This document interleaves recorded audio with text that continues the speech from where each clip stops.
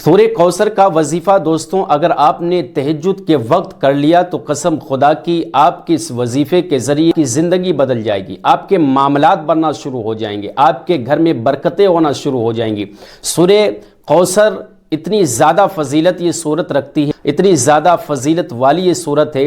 اس سورت میں اللہ رب العزت نے 3 رازوں کو پوشیدہ کیا ہوا ہے، وہ آپ کو میں 3 راز بھی بتاؤں گا اور سورہ کوثر کا وظیفہ بھی بتاؤں گا اور تہجد کے وقت کیسے کرنا ہے۔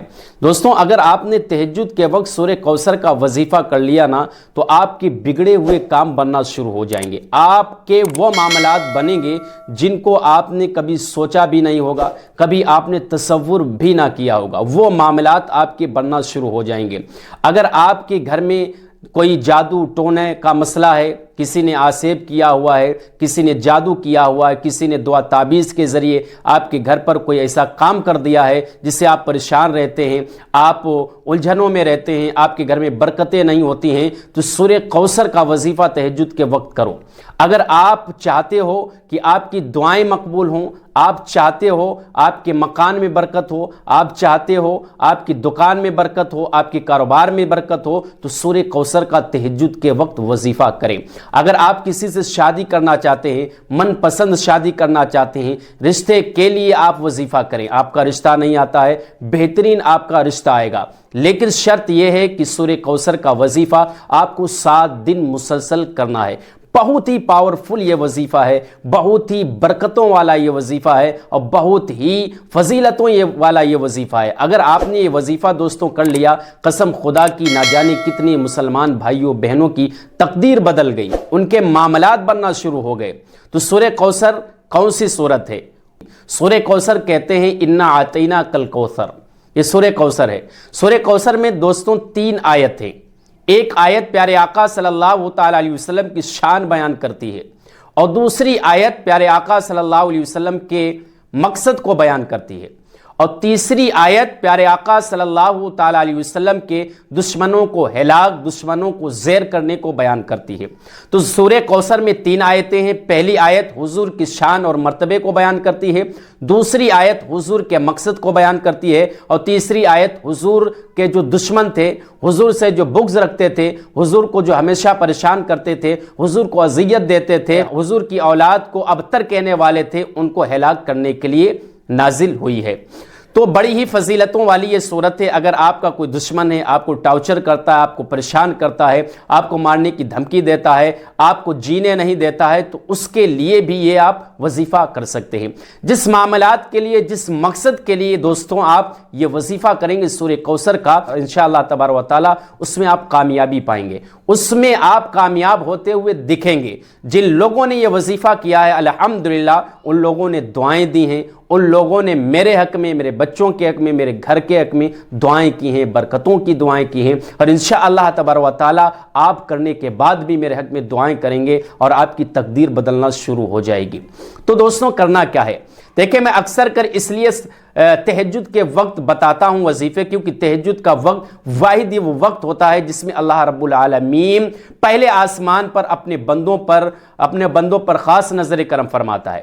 حدیث پاک میں آتا ہے کہ اللہ کے نبی صلی اللہ تعالیٰ علیہ وسلم نے ارشاد فرمایا کہ رات کا جب آخری حصہ ہوتا ہے تو اس وقت اللہ رب العالمین پہلے آسمان پر اپنی شان کے مطابق بندوں پر نظر کرم ڈالتا ہے، بندوں پر رحمت کا نزول فرماتا ہے، بندوں پر اپنی خاص رحمتوں کا نزول فرماتا ہے اور فرماتا ہے کوئی ہے جو مجھ سے مانگنے والا ہو میں اسے عطا کر دوں، کوئی ہے جو اپنی پریشانیوں کو دور کرانے والا ہے میں اس کی پریشانیاں دور کر دوں، کوئی ہے جو غم زدہ ہے میں اس کے غموں کو دور کر دوں، کوئی ہے جو بخشش طلب کرتا ہے میں اسے بخش دوں، کوئی ہے جو اولاد مانگنے والا ہے میں اسے اولاد عطا فرما دوں، کوئی ہے جو پریشان حال ہے میں اس کی پریشانیاں دور کر دوں، کوئی ہے جو مجھ سے توبہ کرنا چاہتا ہے میں اس کے توبہ کو قبول کر لوں، کوئی ہے جو گناہ گار ہو میں اس کے گناہوں کو معاف فرما دوں۔ تو پیارے آقا نے فرمایا صبح کے آخری حصے سے لے کر اور صبح صادق تک اللہ رب العزت یہ بندوں کو آواز دیتا رہتا ہے، یہ ندائیں دیتا رہتا ہے، لیکن وہ خوش نصیب بندے ہوتے ہیں، وہ بندیاں ہوتی ہیں،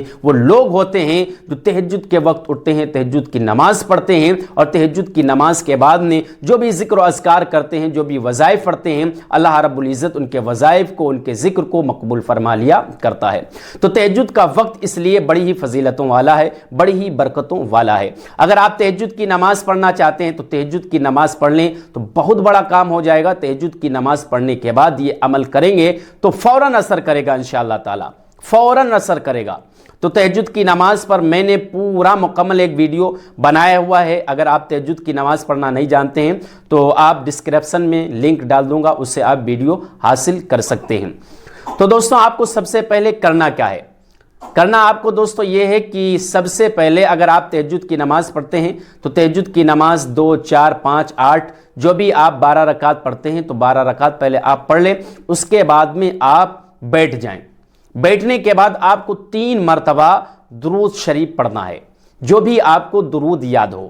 اگر آپ کو درود ابراہیم یاد ہے, اللہم صلی علی محمد وعلی آل محمد, یہ درود ابراہیم ہے, اگر آپ کو یہ یاد ہے تو بہت اچھی بات ہے. اور اگر آپ کو درود ابراہیم نہیں یاد ہے تو سب سے چھوٹا درود پڑھ لیں. وہ کون سا درود ہے؟ صلی اللہ تعالی علیہ وسلم, صلی اللہ تعالی علیہ وسلم. اس درود کو آپ کو 3 بار پڑھنا ہے. اس کے بعد میں آپ کو سورہ کوثر کو آپ کو 313 ٹائمز پڑھنا ہے. 313 مرتبہ آپ کو سورہ کوثر یعنی انا اعطیناک الکوثر فصلی لربک وانحر, اس سورت کو آپ کو 313 مرتبہ پڑھنا ہے. اور 313 مرتبہ پڑھنے کے بعد پھر آپ کو 3 مرتبہ درود شریف پڑھنا ہے, وہی درود شریف جو آپ نے پہلے پڑھی تھی. 3 مرتبہ آپ کو درود شریف پڑھنا ہے جو آپ نے پہلے درود شریف پڑھی تھی. اور اپنے ذہن میں, مائنڈ میں, فہم میں وہ مقصد ضرور ذہن میں رکھیں. پوری توجہ کے ساتھ یہ عمل کریں, پوری توجہ کے ساتھ آپ یہ وظیفہ کریں. وہ مقصد, وہ معاملات اپنے ذہن میں, اپنے دماغ میں ضرور رکھیں جس معاملات کے لیے, جس مقصد کے لیے آپ یہ وظیفہ پڑھ رہے ہیں یا پڑھ رہی ہیں. وہ مقصد, وہ معاملات آپ کے ذہن میں ہونا بہت ضروری ہے. اگر آپ توجہ کے ساتھ یہ وظیفہ نہیں کریں گے تو آپ کا یہ وظیفہ اثر نہیں کرے گا. شرط ہے کہ جو مقصد آپ اپنے ذہن میں لیے ہوئے ہیں, جس مقصد میں کامیابی حاصل کرنا چاہتے ہیں, جس مقصد میں آپ کامیاب ہونا چاہتے ہیں, اس مقصد کو اپنے ذہن میں, دماغ میں بٹھانا ہے, لینا ہے, اور اس مقصد کو اپنے ذہن میں رکھ کر یہ وظیفہ آپ کو کرنا ہے. وہ مقصد آپ کا کوئی بھی ہو, شادی کا مقصد ہو, من پسند شادی کا مقصد ہو, رشتے آنے کا مقصد ہو, اولاد نہیں, اولاد کے لیے آپ دعا کر رہے ہیں کہ مولا مجھے صاحب اولاد بنا دے. جو بھی مقصد آپ اپنے ذہن میں رکھ کر یہ وظیفہ کریں گے انشاءاللہ تبارک و تعالی وہ مقصد, وہ ارادہ, وہ معاملات آپ کے بننا شروع ہو جائیں گے. 7 دن یہ آپ کو مسلسل کرنا ہے. 7 دن یہ آپ کو مسلسل کرنا ہے. 7 دن کے بعد میں انشاءاللہ تبارک و تعالی آپ دیکھیں گے 15-20 دن کے اندر انشاءاللہ تبارک و تعالی جو آپ نے جس مقصد کے لیے وظیفہ کیا ہے نا, وہ مقصد آپ کا انشاءاللہ پورا ہوگا, وہ مقصد آپ کا پورا ہوتا ہوا نظر آئے گا. لیکن شرط دوستوں یہ ہے کہ آپ یہ وظیفہ اسی وقت کریں جب آپ 5 وقت کے نماز کے پابند ہوں. اگر آپ 5 وقت کی نماز نہیں پڑھتے ہیں, 5 وقت کی نمازوں کو آپ ترک کرتے ہیں, چھوڑتے ہیں, تو خدا کے لیے یہ وظیفہ آپ نہ کریں. آپ کا یہ وظیفہ کرنے سے کوئی فائدہ نہیں ہوگا, کیونکہ سب سے پہلے فرض نماز کا اللہ رب العالمین نے حکم دیا ہے, نہ کہ وظائف کا, نہ کہ نوافل کا. تو تہجد کی نماز کیا ہے؟ یہ نفل ہے. وظائف کیا ہے؟ یہ مسنون ہے, یہ مستحب ہے. لیکن سب سے پہلا جو حکم ہے وہ فرض نماز پڑھنے کا ہے.